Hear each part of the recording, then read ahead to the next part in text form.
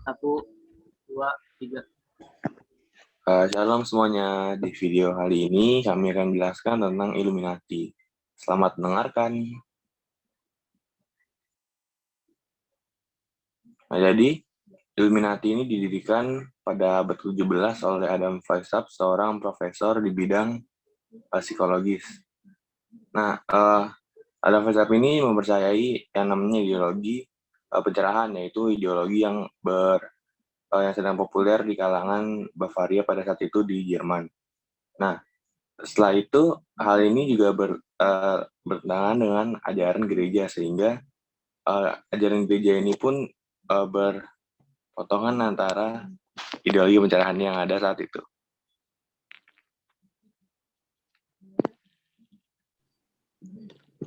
Hal ini membuat Weishaupt memutuskan untuk menyebarkan ajarannya melalui organisasi rahasia yang akan menjelaskan kekurangan dari gereja. Dia menamakan organisasi rahasianya Illuminati.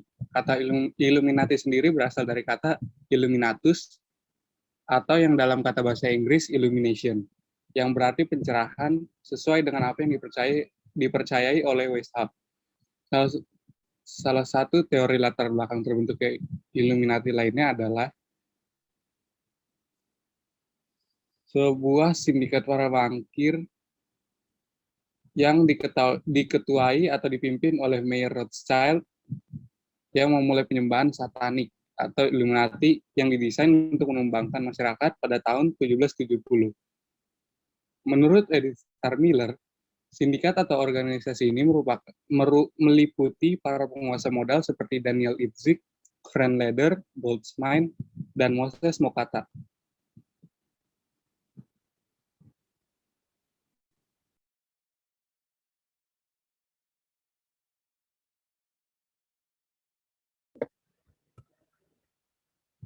Menurut Miller, tujuan Illuminati adalah penghancuran Kristen, kerajaan negara bangsa, untuk digantikan dengan pemerintahan dunia atau internasionalisme mereka.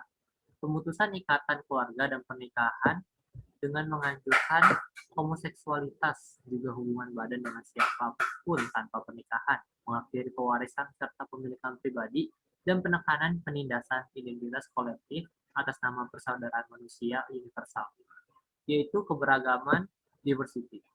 Jadi maksud para pengajar sesat ini bukan agar manusia melayani Kristus, tetapi melayani keinginan sendiri dengan berbagai cara yang diajarkan mereka. Dan begitu pula menurut Pendeta Hali, ya ajaran sesat ini bukan untuk melayani Kristus, tapi melayani keinginan dari manusia yang bertentangan dengan ajaran Kristus.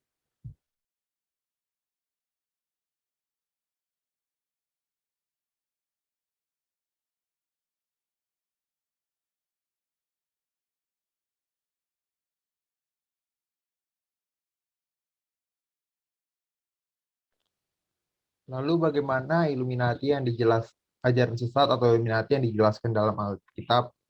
Illuminati atau ajaran sesat yang dijelaskan dalam Alkitab tertulis dalam 1 Timotius 1 ayatnya yang ke-6 hingga ke-11 yang berbunyi demikian. Tetapi ada orang yang tidak sampai pada tujuan itu dan yang sesat dalam omongan yang sia-sia. Mereka itu hendak menjadi pengajar hukum Taurat tanpa mengerti perkataan mereka sendiri dan pokok-pokok yang secara mutlak mereka kemukakan.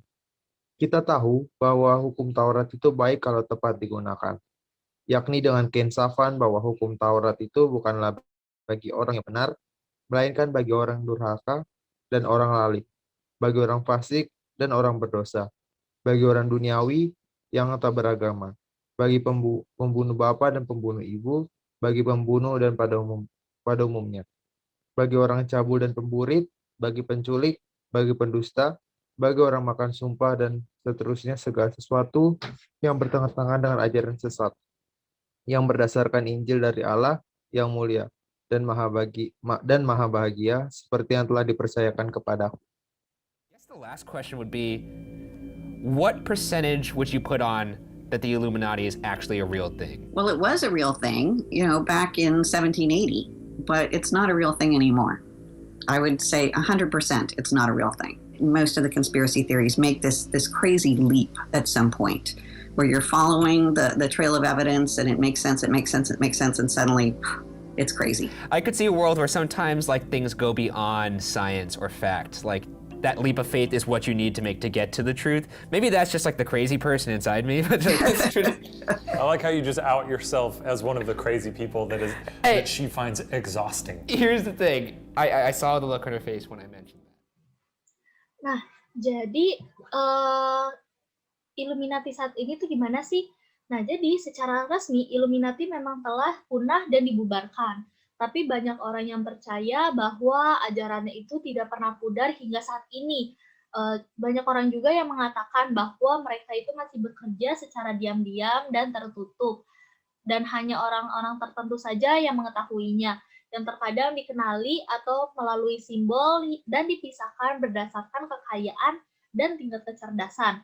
Nah, jika benar Illuminati ini ingin kembali menanamkan ajarannya kepada umat di dunia ini, kita harus yakin bahwa Kristus tidak tinggal diam. Tuhan itu akan selalu bekerja agar kerajaannya tetap nyata dan tetap berkuasa di bumi.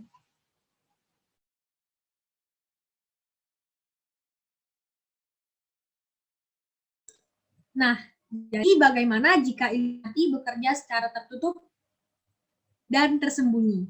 Alasannya adalah karena Tuhan kita bekerja secara terbuka dan alasannya juga terdapat di dalam Matius 10 ayat 27-28 yang berbunyi demikian. Apa yang kukatakan kepadamu dalam gelap, katakanlah itu dalam terang. Dan apa yang dibisikkan ke telingamu, beritakanlah itu dari atas atap rumah. Dan janganlah kamu takut kepada mereka yang dapat membunuh tubuh, tetapi yang tidak berkuasa membunuh jiwa. Takutlah terutama kepada Dia yang berkuasa membinasakan baik jiwa maupun tubuh di dalam neraka. Lalu bagaimana sih sikap kita sebagai orang Kristen dalam menanggapi Illuminati ini? Kita itu sebagai umat Kristen itu harus terbuka, karena kita diajarkan oleh Kristus sendiri itu untuk mengasihi sesama kita, sekalipun orang itu adalah musuh kita.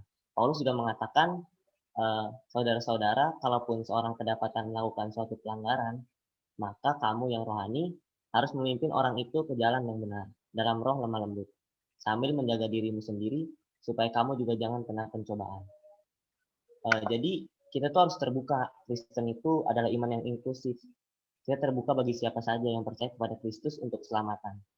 Entah itu pria, wanita, anak-anak, orang dewasa, orang kaya, orang miskin, semuanya itu dikasih oleh Tuhan dan semuanya itu boleh mendengarkan kabar baik dari Tuhan. Biar Tuhan yang mengubah hidup mereka, dan tugas kita hanyalah untuk memancarkan kasih Tuhan supaya mereka dapat mengenal Kristus lewat diri kita.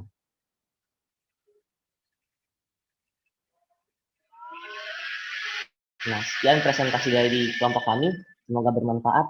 Tuhan Yesus memberkati.